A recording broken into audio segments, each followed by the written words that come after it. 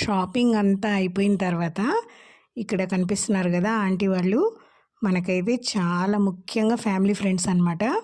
ఇక ఆంటీని అంకుల్ని చూద్దాము అని చెప్పేసి వెళ్ళాము.